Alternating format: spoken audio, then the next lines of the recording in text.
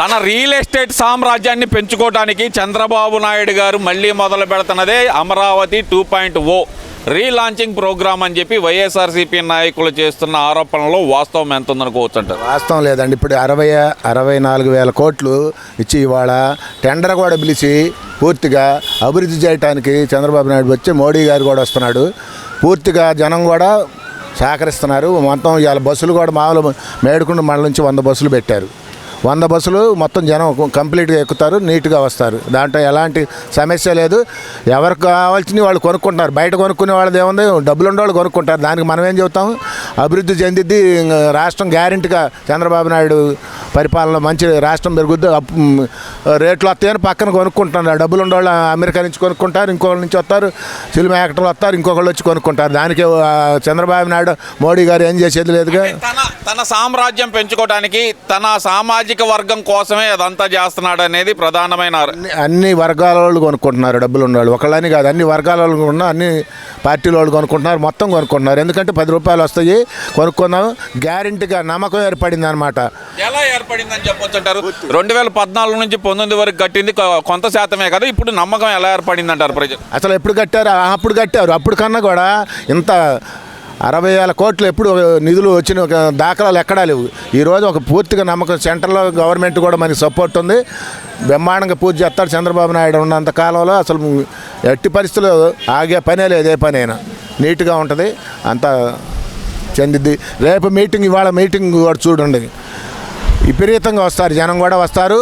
అభివృద్ధి కూడా అంతే ఉంటుంది. రేపు కూటమి ప్రభుత్వం ఒక ఐక్యతగా, ఒక మాట మీద, ఒక నిక్కచ్చిగా చేస్తున్నారు ఎవరు చేసినా కూడా. ఇక్కడ ఇంకో విషయం కూడా తీసుకుంటే కనుక మనం ప్రధానంగా మరి జగన్మోహన్ రెడ్డి గారికి కూడా పిలిపించారు, రమ్మన్నారు. మరి ఆయన మాత్రం వెళ్ళి బెంగళూరు వెళ్ళిపోయారు. ఎందువల్ల అనుకోవచ్చు అంటారు? అసలు ఎందుకు ఆయన ఎందుకు దరిద్రం? అసలు అది దరిద్రం పట్టుద్ది. ఆయన రాడు, వచ్చేవాడు కాదు. అసలు ఆయన ఎందుకు మనకి అనవసరం? ఏదో ఒక పార్టీ అధ్యక్షుడు ఆయన, ప్రతిపక్షం కూడా లేకపోతే ఇంకా ఆయన ఎందుకు అక్కడికి? ఎందుకు వచ్చి ఏం చేస్తాడు? ఆయన రావాల్సినంత అవసరం లేదు. ప్రజలు సహకరించారు, బ్రహ్మాండంగా అభివృద్ధి చెందిద్ది. మీరే చూస్తారు. కావాలంటే ఆయనకు తెలుసు అది. ఆడకు వచ్చే పరిస్థితి లేకే రాలేకపోయాడు. ఎందువల్ల అంటారు? ఆయన రాకపోవడానికి కారణం తీసేయండి. అసలు రాకపోవడానికి కారణం తీసేయండి. గడిచిన 5 సంవత్సరాలు ఇప్పుడు ఆయన 3 రాజధానులు అన్నారు. ఆ 3 రాజధానుల ప్రాంతాలైనా సరే ఎందుకు అభివృద్ధి చేయలేకపోయాడు అంటారు? అసలు చేయటానికి ఉంటే దీన్ని జడగొట్టాడు. దాన్ని అక్కడ ఏం లేదు, ఏం లేకుండా మొత్తం తెచ్చిపోయాడు. ప్యాలెస్లు కట్టాడు, అవి కట్టాడు, ఇవి కట్టాడు. డబ్బులన్నీ నాశనం చేశాడు. ఏడ పడితే ఆడ నిక్కర్లో దోసుకున్నారు, శాండ్లో దోసుకున్నారు. ఏది పడితే తోసుకొని వాళ్ళు కనపడుతున్నారు కదా. నిక్కచ్చిగా ఎవడ తప్పు చేశాడో వాడే జైలుకి పోతున్నాడు. ఇంకా ఉన్నారు చాలామంది. సంగతి ఏమంటారు? అసలు ఏమంటారని కళ్ళకు కనపడ్డట్టు ప్రూఫ్లతో సహా కనపడుతుంటే మనం చెప్పేది ఏముంది? పబ్లిక్లో అవి వెళ్ళిపోయింది. ఇక జైలుకు పోవటమే సిద్ధం. మొత్తం ప్లాన్ ప్రకారం వస్తుంది అంతా, సిస్టమ్ అంతా. ఒక్కొక్కళ్ళు వస్తుంటే ఒక్కొక్కడు చెప్పే కొన్ని కొండలు పెరిగిపోతుంది. వ్యవహారం పాపం అంతా పెరిగిపోతుంది. అసలు మాకేం పాపం తెలియదు. అసలు ప్రభుత్వం మద్యం అమ్మితే, అంటే మన అంబటి రాంబాబు మాట్లాడండి అని నేను మాట్లాడుతున్నా కాదు.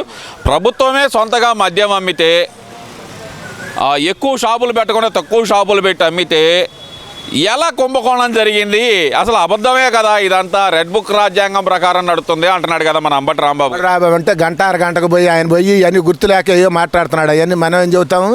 జనానికి తెలుస్తుంది కదా ఏం చేస్తున్నారు అనేది. ఇవన్నీ మామూలుగా ప్రూఫ్లతో సహా వస్తున్నాయి కదా. అలా ఆల్రెడీ ఫోన్పే లేకుండా మొత్తం క్యాష్ చేశారు. ఆ క్యాష్ మొత్తం ఎటు పోయింది ప్రూఫ్లతో సహా. వాళ్ళ పార్టీ వాళ్ళే, వాళ్ళు పెట్టుకున్న వాళ్ళే, వాళ్ళు మెయింటైన్ చేసిన వాళ్ళు మొత్తం పూర్తిగా చెబుతున్నారు కదా. విజయసాయి రెడ్డి కాడి నుంచి మొత్తం వరుసలు పెడితే కంప్లీట్గా చెప్పారు. ఇంకా దాంట్లో అసలు ఎక్కడ రాజీ పని లేదు. మొత్తం ఇరుక్కుంటారు, దాంట్లో సమస్య లేదు. పూర్తి కళ్ళకు కనపడ్డట్టు వైఎస్ఆర్ పార్టీ కార్యకర్తల కాడి నుంచి కూడా తెలుస్తుంది. వాళ్ళు కూడా అంటున్నారు ఓపెన్గా. పల్లెటూళ్ళలో ఉన్నప్పుడు ఎడని కూకున్నప్పుడు వామ్మో ఇంత దెంగారా రంజోడుకులు ఈ రకంగా దోసుకున్నారా సారాయిలో అని చెబుతున్నారు. చెప్తుంది ఏంటంటే ఇప్పుడు అమరావతి గురించే మాట్లాడదామండి. మనం వేరే సబ్జెక్ట్ కదా, అమరావతి గురించే మాట్లాడదాము. 33,000 ఎకరాలు తీసుకున్నారు. ఇప్పుడు మళ్ళీ 44,000 ఎకరాలు సమీకరణ కోసం ఎదురు చూస్తున్నారు. 1,00,000 ఎకరాలు ఈయన రియల్ ఎస్టేట్ కోసమే చేస్తున్నాడు తప్పితే రాజధాని అభివృద్ధికి లక్షల కోట్లు అప్పు చేసి చేయాల్సిన అవసరం ఏముంది అంటున్నారు కదా. రాజధాని అంటే నెంబర్ 1 రాజధాని కావాలంటే సెంట్రల్ గవర్నమెంట్ కానీ వీళ్ళు కానీ ఆ పొలం కూడా తీసుకుంటే పెద్ద మంచి నెంబర్ 1 రాష్ట్రం అయిద్దని చెప్పి అమరావతి దానికోసమే ఆ పొలం కూడా తీసుకోవడం జరుగుతుంది. అసలు ఏం అవసరం ఉందని లక్షల కోట్లు అప్పు తెచ్చి ఒక ప్రాంతాన్ని అభివృద్ధి చేయాల్సిన అవసరం ఏముంది అంటారు? రాజధాని అండి, మహారాజధానికి మొత్తం చుట్టుపక్కల తీసుకుంటేనే జనం అభివృద్ధి చెందుతారు. రేపు పొద్దున ఏదైనా పరిశ్రమలు పెట్టాలని ఇంకోటి పెట్టాలని మొత్తం అభివృద్ధి చెందాలంటే ఆ విస్తీర్ణం కావాలా. అందుకనే మళ్ళీ తీసుకుంటుంది పొలం. సెంట్రల్ గవర్నమెంట్ అందరూ అనుకోనే కదా చేస్తుంది అది. సరే, ఇక్కడ వచ్చినా నన్ను మళ్ళీ నా మీద సీరియస్ కాకుండా మీరు ఇప్పుడు వైసీపీ నాయకులు ప్రచారం చేస్తుంది ఏంటంటే, అంటే గతంలో యమలీల సినిమాలోనో ఏదో తనికెళ్ళ భరణి ఉంది, చెల్లి పెళ్లి కావాలి మళ్ళీ మళ్ళీ అన్నట్టు రాజధాని కావాలి మళ్ళీ మళ్ళీ అని చెప్పి శంకుస్థాపనలు చేస్తున్నారు. ఇదేంటి మళ్ళీ పునఃప్రారంభం ఏంటి అంటున్నారు కదా, ఏమంటారు దీనికి? ఇప్పుడు నిధులు వదిలిన మాట తెలుసు. కాంట్రాక్టులు ఇచ్చించాను, కాంట్రాక్ట్లో దాదాపు 30 మందికి ఇచ్చారు. ఆల్రెడీ మొదలు పెడుతున్నారు. దానికోసమే కదా ఇవాళ మోడీ గారు కూడా వస్తుంది.